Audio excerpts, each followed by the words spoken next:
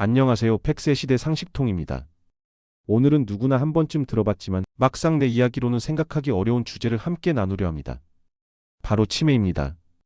얼마 전 제 지인 중 한 분이 이런 말씀을 하셨어요. 요즘 이상하게 깜빡깜빡하네. 어제 약을 먹었는지 기억이 안 나. 나이 들어서 그런가 보다 싶어. 그분은 60대 후반이셨고 늘 유쾌하고 활달한 분이었습니다. 그런데 그로부터 1년쯤 뒤 그분의 아내에게서 전화를 받았습니다. 요즘은 약속을 잡아도 기억을 못해요. 집 앞 마트 가는 길도 헷갈리고 가끔 제 이름도 순간적으로 잊어요. 그때 저는 처음으로 치매라는 단어가 이렇게 가까이 다가올 수 있구나 하는 걸 느꼈습니다. 치매는 어느 날 갑자기 찾아오는 병이 아닙니다. 하지만 조용히 그리고 꾸준히 다가옵니다. 마치 아주 천천히 물이 새듯이 조금씩 기억의 틈을 넓혀가죠. 치매는 나이 든 사람만 걸리는 병이다. 이렇게 생각하시는 분들이 많지만 요즘은 50대, 심지어 40대 후반에도 초기 증상이 나타납니다. 전문가들은 이를 조기 발병 치매 얼리-안셋 디멘시어라고 부릅니다. 그래서 오늘 이 방송은 단지 병의 정보를 전달하는 게 아니라 우리가 미리 준비할 수 있는 것들을 마음으로 함께 나누고자 합니다. 치매는 흔히 기억을 잃는 병이라고 하지만 그 본질은 조금 다릅니다. 의학적으로 보면 치매는 뇌세포가 손상되어 인지 기능이 점점 떨어지는 상태를 말합니다. 즉 기억력뿐 아니라 판단력, 언어 능력, 감정 조절 능력까지 영향을 줍니다. 뇌 속에서는 아밀로이드 베타라는 단백질 찌꺼기가 쌓이면서 신경세포 사이의 연결을 끊어버립니다. 이게 바로 우리가 잘 아는 알츠하이머형 치매의 주요 원인입니다. 그런데 이 설명만 들으면 너무 멀게 느껴지죠. 그래서 조금 더 현실적인 이야기를 해볼게요. 서울의 한 복지관에서 만난 74세 한 어르신은 이렇게 말씀하셨어요. 처음엔 그냥 깜빡한 줄 알았어요. 설거지를 하다가 갑자기 내가 지금 뭐 하던 중이었지? 하고 멈춰 있더라고요. 그땐 그냥 피곤해서 그런 줄 알았지 병일 거라고는 생각도 못했어요. 이분은 이후 진단을 받았고 경도인지 장애 치매 전 단계라는 판정을 받았습니다. 하지만 조기에 발견해 약물 치료와 인지 훈련을 병행하면서 현재는 일상생활을 거의 정상적으로 유지하고 계십니다. 그분은 웃으며 이렇게 말씀하셨습니다. 병을 받아들이니까 오히려 마음이 편해졌어요. 숨기려 하지 말고 빨리 아는 게 제일 중요해요. 치매는 무섭지만 조기에 발견하면 함께 싸울 수 있는 병입니다. 이 사실을 아는 것만으로도 희망의 문이 조금 열립니다. 치매는 작은 신호로 시작됩니다. 그런데 그 신호들은 너무 일상적이라서 대부분 그냥 넘기게 되죠. 보건복지부 자료에 따르면 치매 진단을 받은 어르신의 70% 이상이 처음엔 그냥 나이 탓으로 생각했다고 합니다. 그래서 오늘은 그 나이 탓이 아닌 신호들을 조금 더 구체적으로 이야기해 보겠습니다. 첫 번째 신호 마이너스 같은 말을 자주 반복한다. 이거 내가 말했었나? 오늘 점심 뭐 먹었지? 하루에도 같은 질문을 여러 번 반복하게 됩니다. 특히 최근에 있었던 일을 기억 못하고 오래된 과거는 또렷하게 기억하는 경우가 많죠. 이건 단순한 건망증과 다릅니다.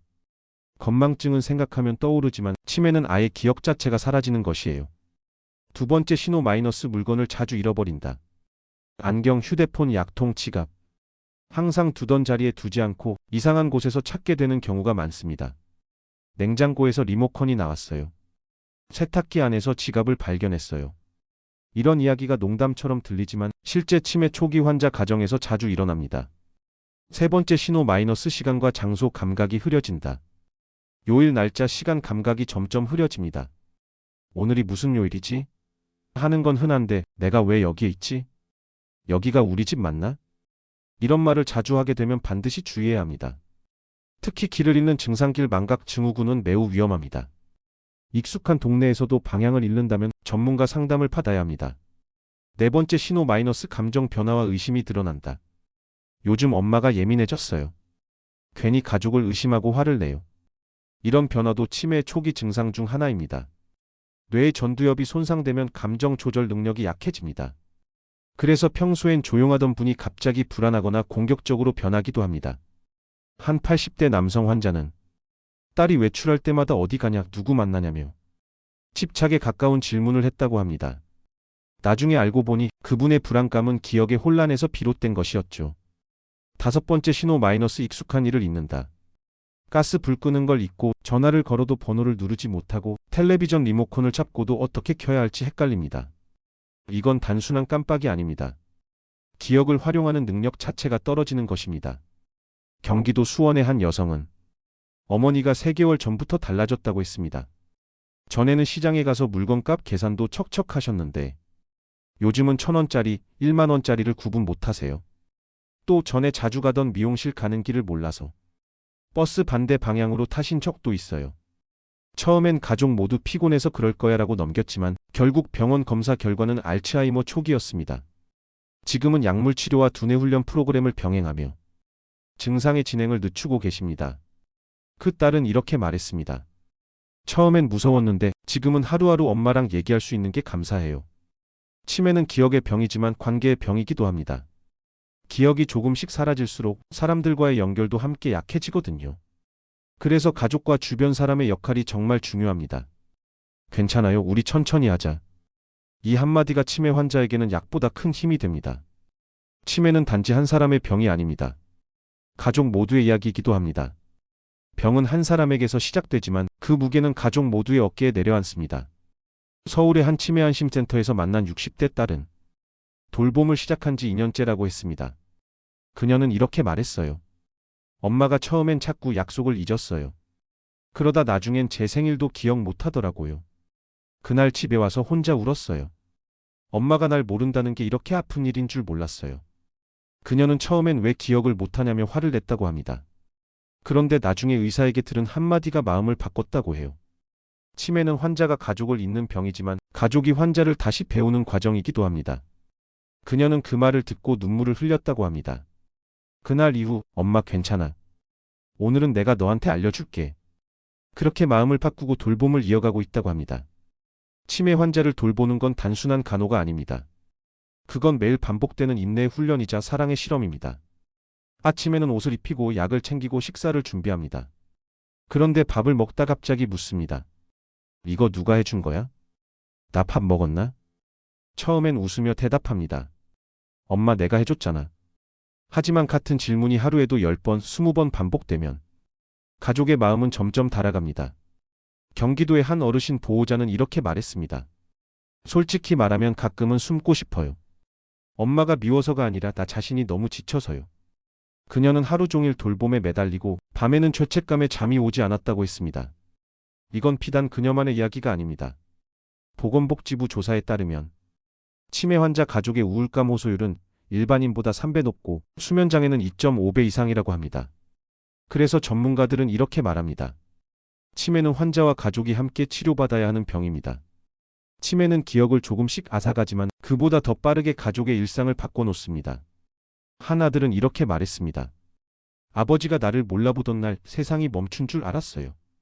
근데 시간이 지나니까 알겠더라고요. 아버지는 나를 잊은 게 아니라 세상을 잊고 있는 중이었어요. 그는 아버지의 손을 꼭 잡으며 이렇게 말했습니다. 아버지 괜찮아요. 아버지가 날 몰라봐도 저는 아버지를 알아요. 그 말은 들리는 이의 마음도 울렸습니다. 치매 환자가 느끼는 혼란, 가족이 느끼는 상실감 마이너스. 그 사이에는 말로 설명할 수 없는 침묵의 거리가 있습니다.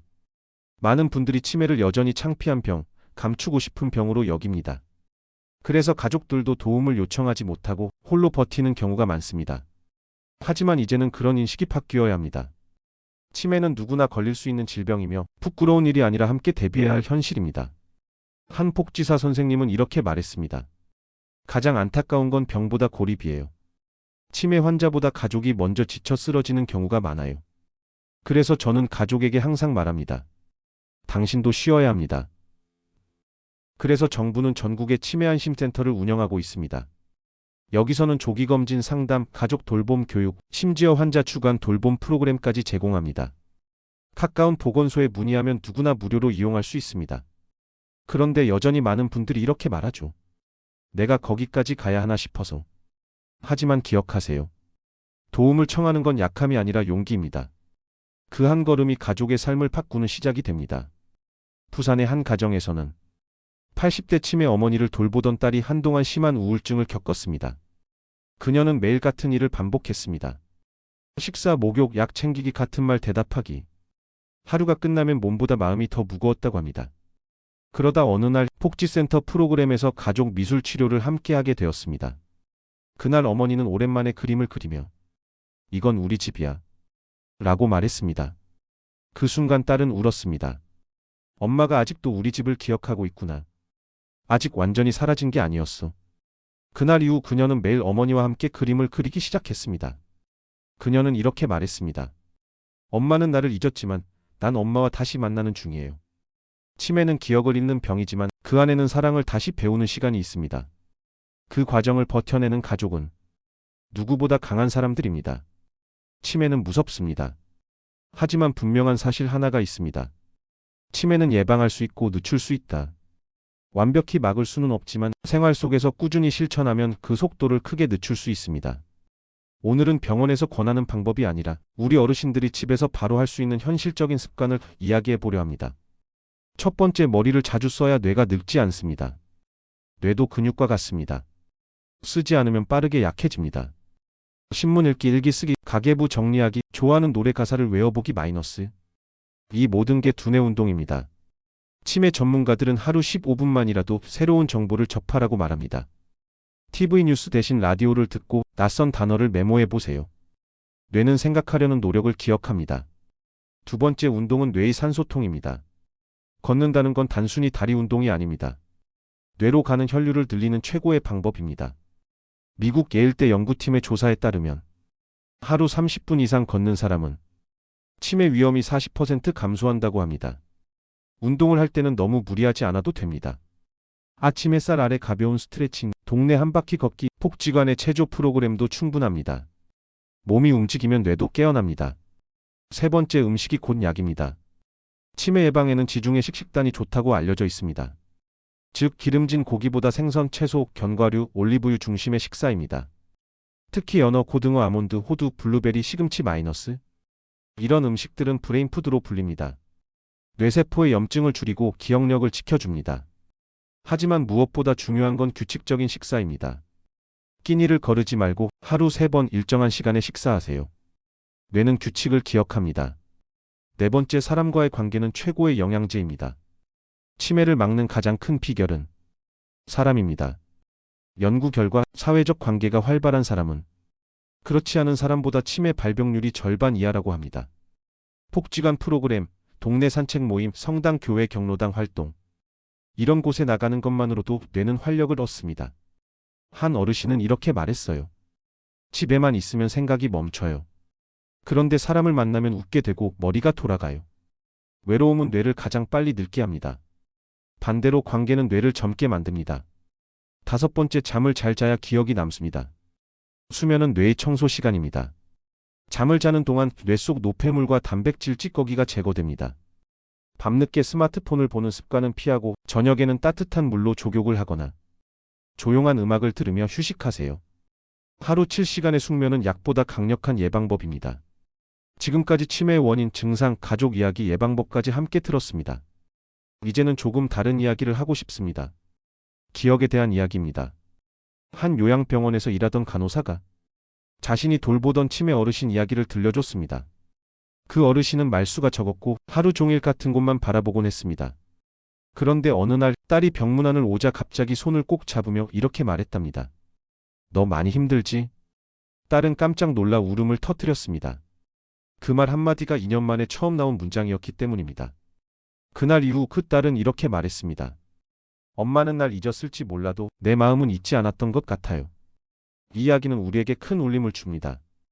기억은 사라질 수 있지만 사랑은 남습니다. 사람의 마음은 뇌세포보다 깊고 오래 기억하거든요. 치매는 누군가에게는 절망의 시작이지만 다른 누군가에게는 관계를 다시 배우는 시간이 될 수 있습니다. 한 노인회관에서 만난 할아버지는 이렇게 말했습니다. 처음엔 아내가 나를 몰라봐서 마음이 찢어졌어요. 근데 지금은 매일 새롭게 사랑받는 기분이에요. 아내가 나를 새 사람처럼 보니까. 그 말에 주변 어르신들이 모두 웃었습니다. 그리고 한 분이 덧붙이셨죠. 사랑은 기억보다 오래가요. 100세 시대를 살아가는 우리는 단순히 오래 사는 게 목표가 아닙니다. 건강하게 존엄하게 사랑받으며 사는 것이 진짜 목표입니다. 치매는 우리에게 이렇게 묻는 병입니다. 당신은 오늘 당신의 마음을 돌보고 있나요? 그래서 오늘 방송의 결론은 이 한 문장입니다. 기억을 잃기 전에 관계를 잃지 마세요. 매일 30분의 대화, 하루 한 번의 웃음, 그것이 바로 치매를 막는 최고의 치료제입니다. 오늘의 이야기가 마음에 닿았다면 잠시 부모님께 전화 한 통 해보세요. 엄마, 아빠 요즘 잘 지내? 그 한마디가 누군가의 하루를 지켜줄지도 모릅니다. 100세 시대 상식통은 여러분이 더 건강하고 더 행복한 100세 시대를 살아가시길 바랍니다. 좋아요와 구독으로 함께 해주세요. 저는 다음 시간에도 삶에 도움이 되는 이야기로 찾아오겠습니다. 감사합니다.